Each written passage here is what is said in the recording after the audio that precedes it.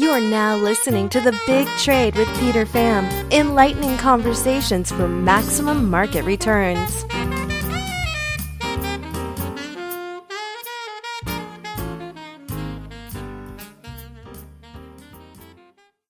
So, Vitaliy, why don't you introduce yourself to the audience?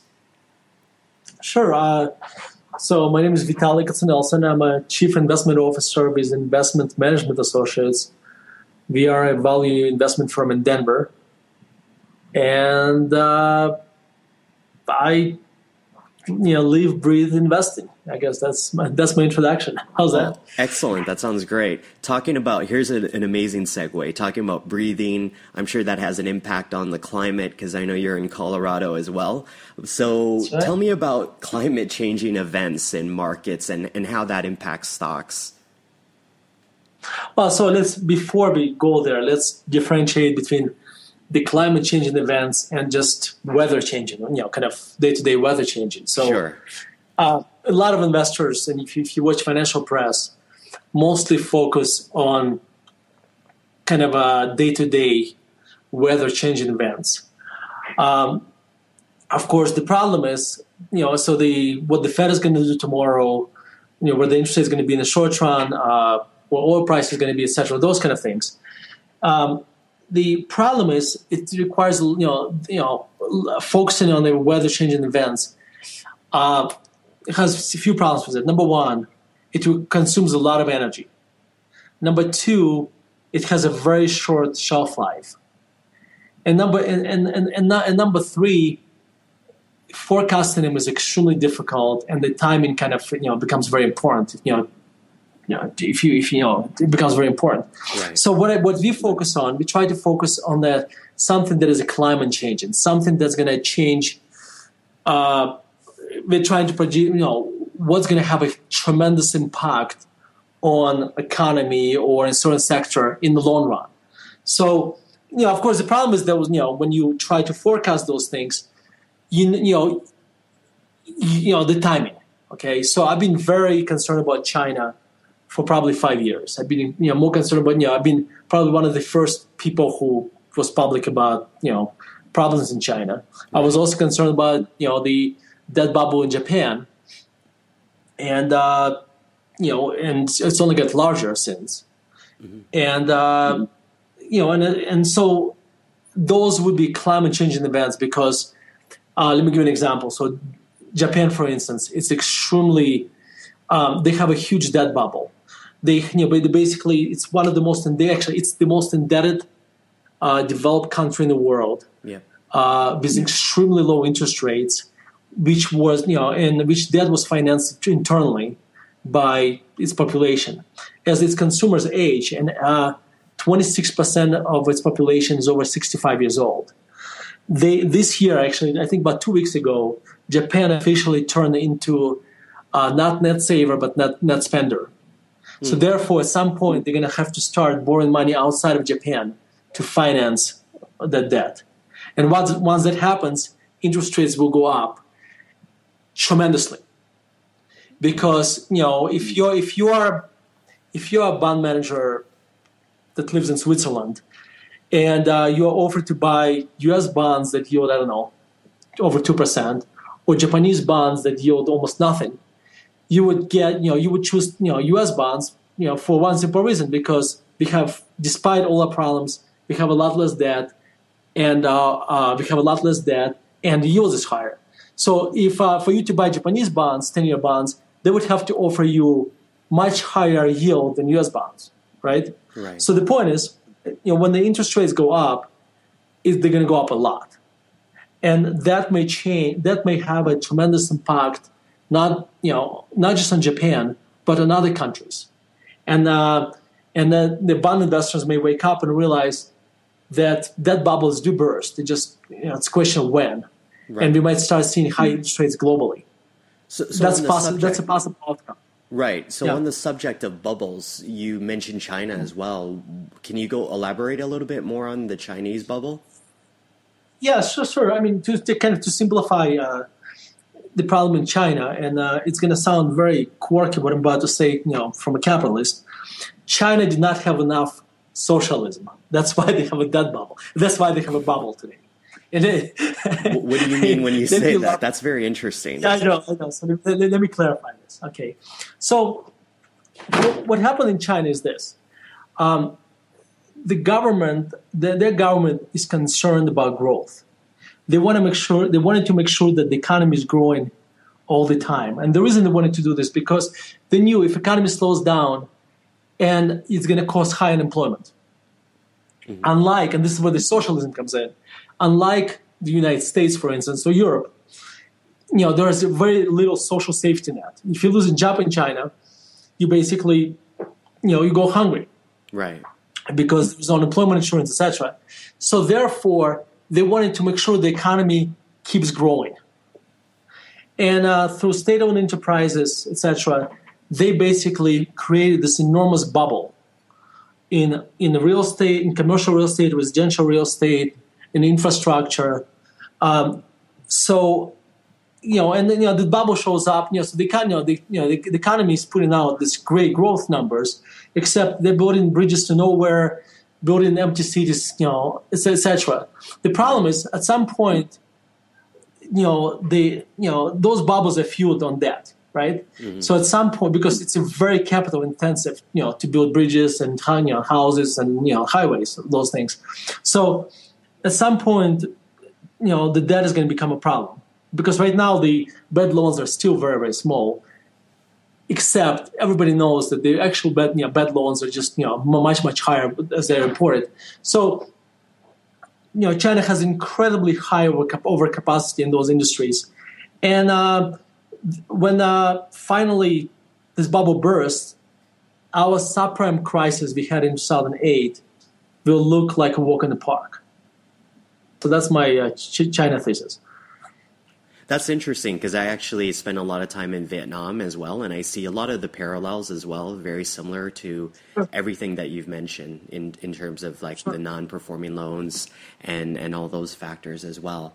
And of course, what happens in China does not stay in China, right? Because it's going to spill over on the other countries, and you already start seeing it in the commodities. I'm not sure if oil is necessarily right now, but as a result of what's happening in China. But you start seeing it in hard commodities like steel and others, and It's going to impact. It's going to be impacted in Australia. It's going to be impacted in Brazil. It's going to be impacted in many other countries that have benefited in the past from Chinese insatiable demand for hard commodities. Definitely.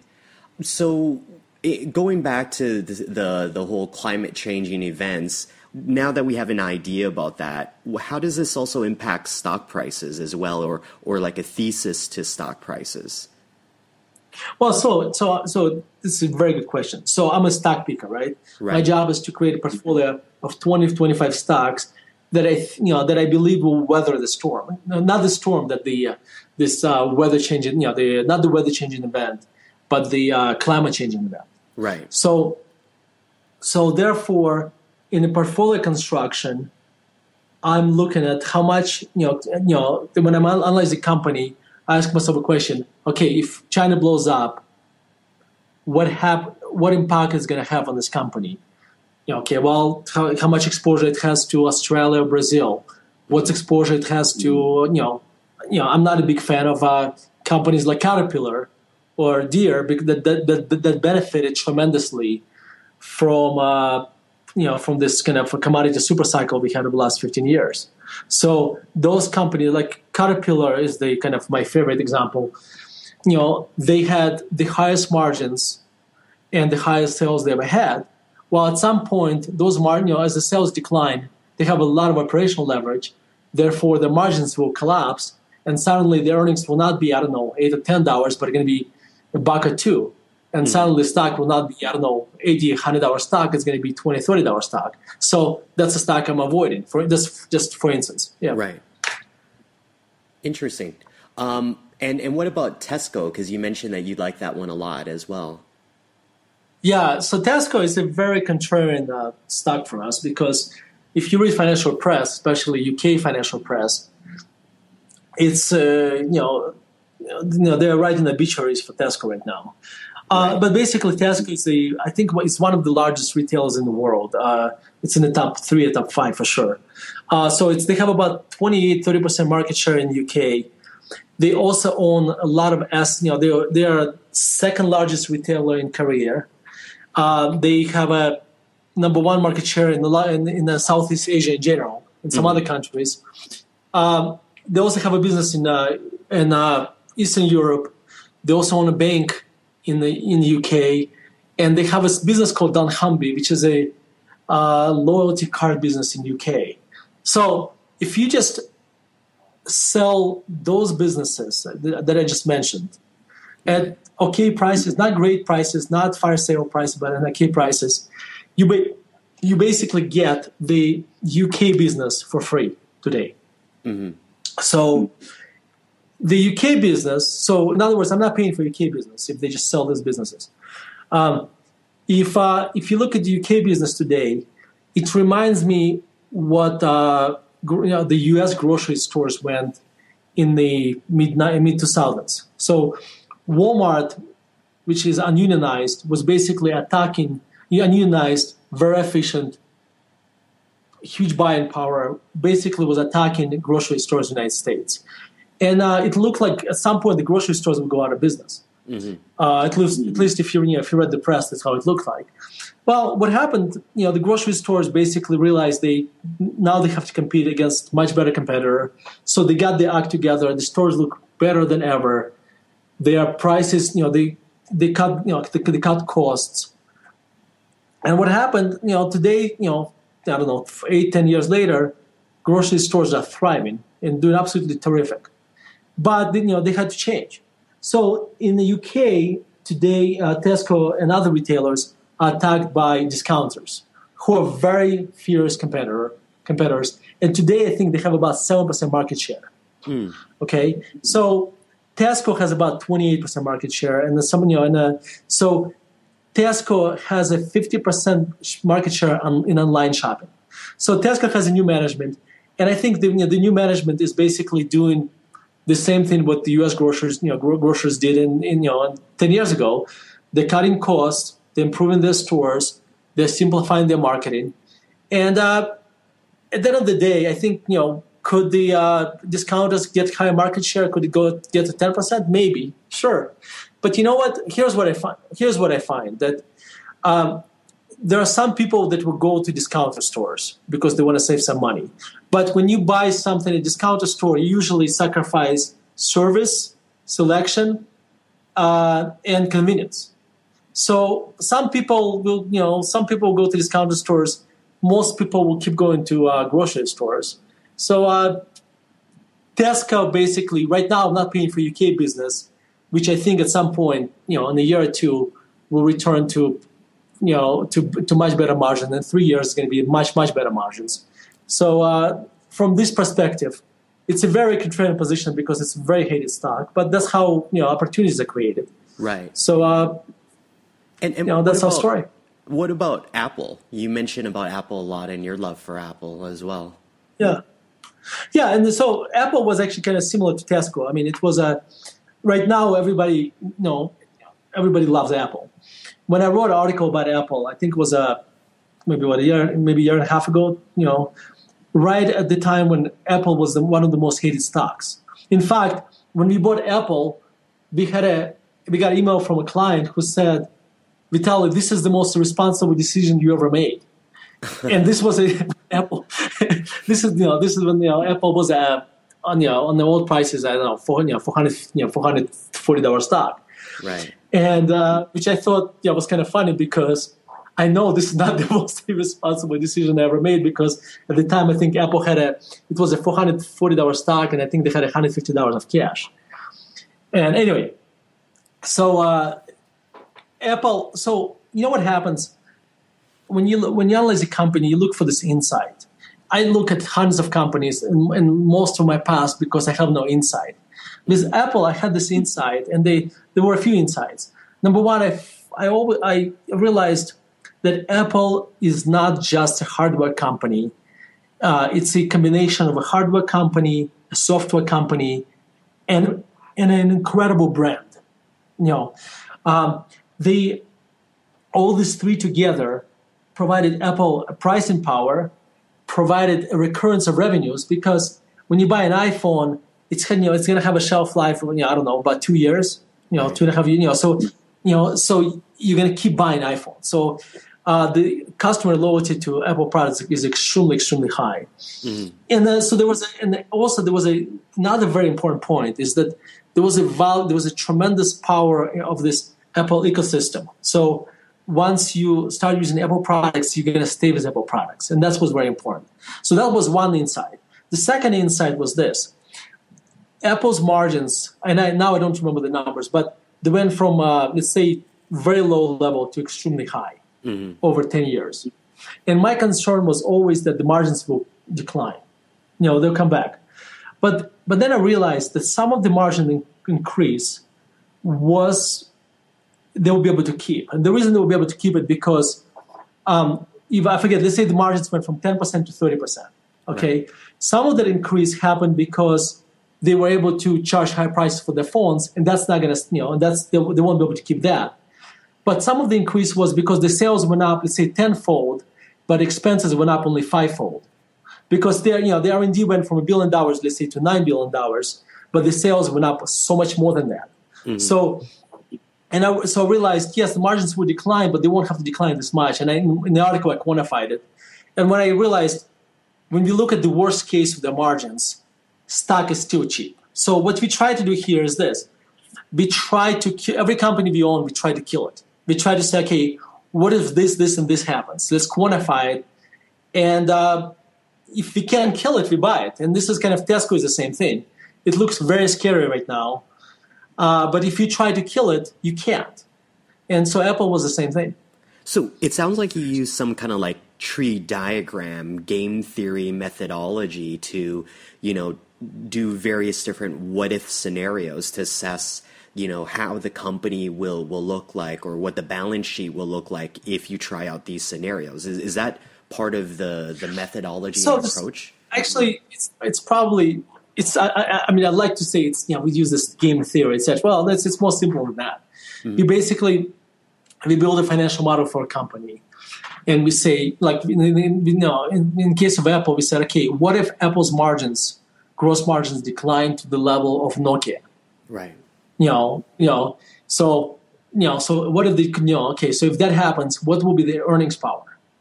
Okay. Then we say, okay, so we would do this kind of test, and then we would say kind of like sensitivity analysis, right? Exactly, and it's it's going to be different from company to company, etc. If you want a company that has a lot of business in Japan, we would say, and I think Japan, the risk is that Japanese yen will depreciate a lot. So we say, okay, well, what if yen is not at 120 but at 180? Right. Okay, what is the company's, what is the business worth? So we'll do this kind of exercises, and if we can't kill it, then it's then it becomes an attractive investment. So this analogy, you discussed about this previously regarding like poker, for example, and having a second best hand. What do you mean when you refer to that analogy? So I wrote this article where there was one line in the article that triggered a few angry emails where I said, risk of higher interest rates. That was the line in the article. Mm-hmm. And somebody sent me two people sent me emails saying basically, well, you're so wrong. We're not going to have high interest rates. That's not a risk. And what did I realize? If I wrote, risk of deflation, I would get probably as many emails saying, well, you're so wrong. We're not going to have deflation. We're going to have inflation. Right. And this is what I realized, that sitting today, analyzing global economy, we have to be able to say, I don't know. I don't know what's going to happen in the future. Here are the risks. I have no idea. We are looking at such a freak of an economy. It's kind of Frankenstein global economy that we've never seen before. And therefore, we don't really know if we're going to have inflation or deflation, because arguments for either side are extremely compelling. And I can argue both sides. Mm-hmm. But one thing I realized is that and this is the case where you want to say, I don't know what's going to happen. okay? But I want to create this portfolio, I don't know portfolio that will survive and do just fine in either scenario. Coming back to the poker analogy, when you play poker, the worst thing that can happen to you is you're going to have a second best hand. Is that when you have a very, very good hand, and therefore you're going to be confident and you're going to be betting a lot. Because if you have a very good hand, you're going to bet a lot.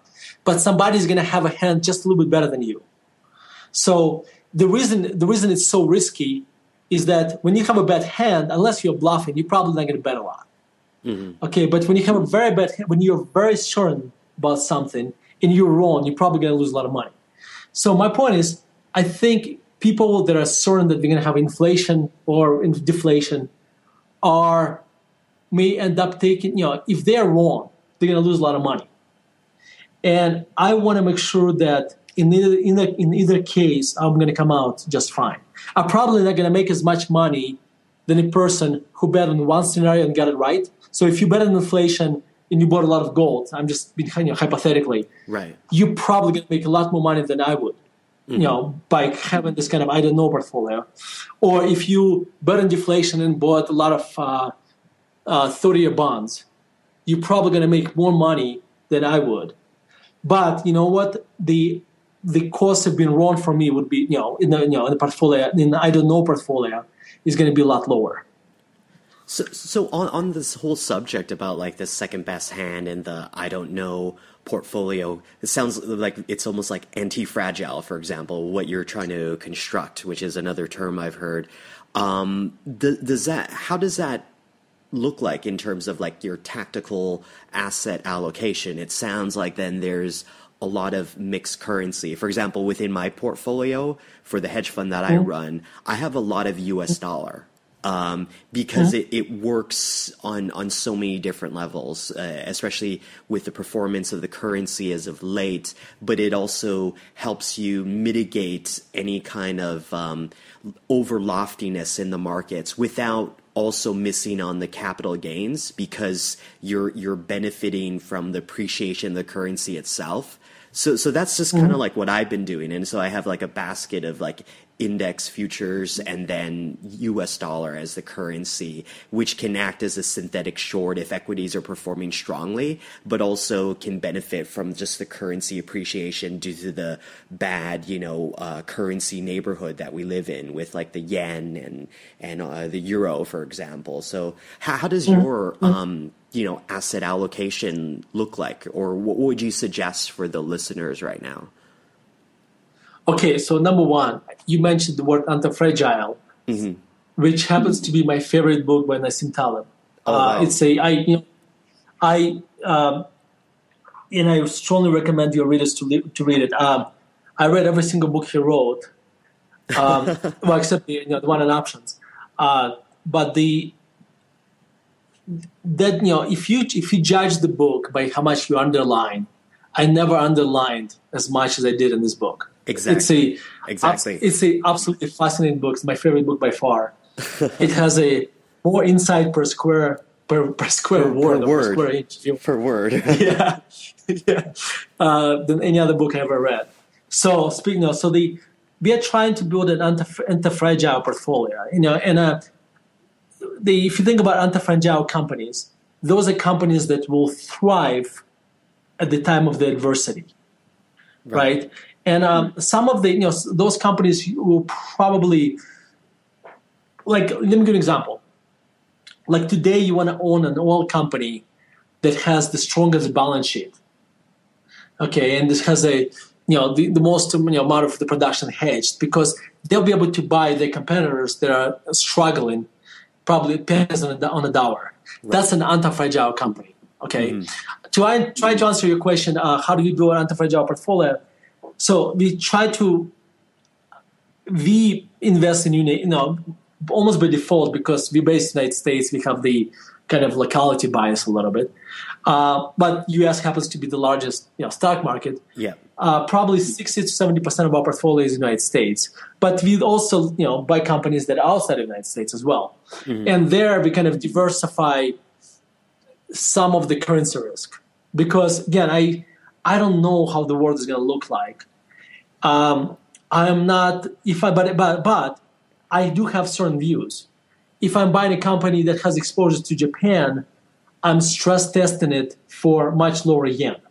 Right. Okay, so in other words, for me to buy a company that has a huge Japanese exposure, huge business in Japan, I'm not using $122 yen today. I'm using 180. Okay, so that's so buy and if you think about companies that are when you buy companies that are very very cheap, they have a lot of optionality in them. So when if more bad things happen, they're already very cheap. Right. So it's already probably priced in.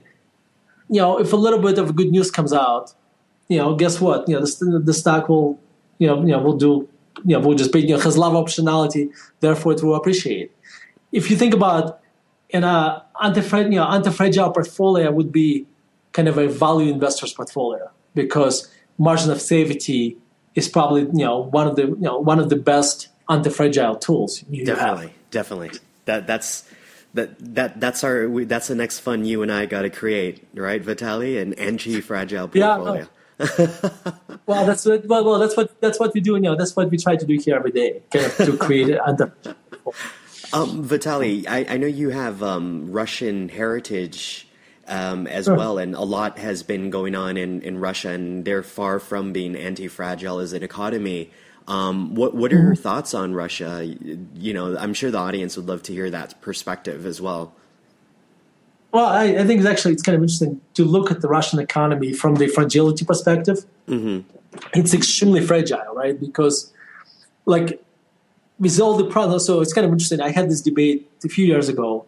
You compare Russian economy to the U.S. economy, we are a lot more leveraged, right? So that makes us more fragile. But at the same time, we are so much more diversified from our business perspective. We have so many different industries. Yeah. And we have a lot of natural resources too. Okay. So, but we are not tied to any particular industry. We are a very diversified economy. If you look at Russia basically, after Soviet Union collapsed, Russia had an opportunity to create a kind of, to become the Silicon Valley, of Europe, if you like. Okay, because it had one of the most educated workforces in the world with a lot of, huge IQs there. But what it ended up being kind of become a petrochemical economy. Mm-hmm. And where basically it's almost like owning a large oil company, a high cost oil company, basically, So if you look at the Russia today, oil price is $50 and the economy is basically choking, right? Because it has nothing else. So I'm not. Maybe there is a silver lining in this, is that it's going to allow Russia to kind of to diversify its economy. If oil prices stay low, this low is low enough, but the process is going to be extremely, extremely painful. Yeah. Because as the oil declines, its currency collapses. They have a huge inflation. I read that a lot of the household debt is in dollars. Mm-hmm. Because when they and this is coming from second sources, when people went to the bank to take out a mortgage, they would either pay 7% interest rate if they borrowed in dollars, or they would pay, I don't know, let's say 15-20% if they borrowed in rubles. Mm-hmm. A lot of them chose dollars, and for a long time it worked out just fine because ruble was strong. Right. Now it's hurting a lot of people. So this transition may be very, very painful, unfortunately, for Russians. And it also makes low oil prices also make global economy less stable, believe it or not. Because if you think about Middle East, Russia, when these countries go through economic pains, that creates a lot of political uncertainty, and that's what you see in Ukraine to some degree. And we might see more of it in the future as well. Well, thank you very much, Vitaliy, for some of your views. It's been very insightful. Hopefully, maybe we can come back sometime later on and hear about how the anti-fragile portfolio is shaping out for you. Peter, thank you very much. I really appreciate it. It was a lot of fun. Thanks. We hope you enjoyed this mastermind session. If you'd like to contact Peter Pham or Phoenix Capital, please email info@phx-cap.com.